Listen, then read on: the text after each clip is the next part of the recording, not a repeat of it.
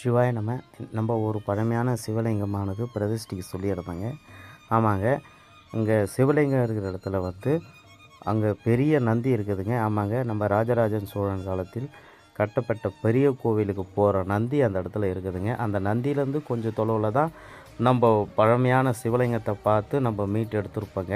நம்ம எல்லோரும் சேர்ந்து நம்ம அரண்பணி அறக்கட்டளை கோவை மூலிமா சேர்ந்து இந்த சுவாமியானது மீட்டு எடுத்திருப்போம். சிவாய சுவாமிக்கு பிரதிஷ்டை பண்ணும் போதே நம்ம நந்தீஸ்வரருக்கும் பிரதிஷ்டை பண்ணியிருப்போங்க. ஆமாங்க, நந்தீஸ்வரருக்கு விரைவில் சுவாமிக்கு அங்கே வேலை நடக்க போகுதுங்க. சிவாய இன்றைக்கி நம்ம சுவாமி பிரதிஷ்டையானதுக்கு சுவாமிக்கு நல்லபடியாக சிறப்பான முறையில் உங்கள் சார்பாக சுவாமிக்கு பிரம்மாண்டமாக சுவாமி நந்திக்கும் நம்ம சிவபெருமானுக்கும் நல்ல அழகான முறையில் பிரதிஷ்டையானது சிறப்பான முறையில் நடந்ததுங்க.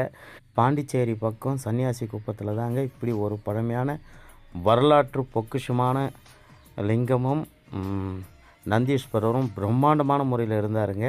இந்த சுவாமியை நல்லா பிரம்மாண்டமாக சிறப்பான முறையில் சுவாமிக்கு பிரதிஷ்டையானது நடந்து முடிஞ்சிச்சுங்க. ஆமாங்க, சிவாய இந்த வீடியோவை எல்லாருக்கும் ஷேர் பண்ணுங்கள்.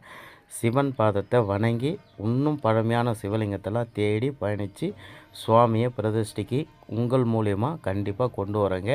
சிவாய இந்த சுவாமிக்கு உதவின எல்லா சிவனடியாருக்கும் சிவன் பாதம் தொட்டு வணங்கி கொள்கிறேங்க. சிவாய எல்லாரும் இந்த சுவாமிக்கு ஒன்று சேர்ந்து பிரதிஷ்டையானது பிரம்மாண்டமாக பிரதிஷ்டை பண்ணியிருக்குங்க.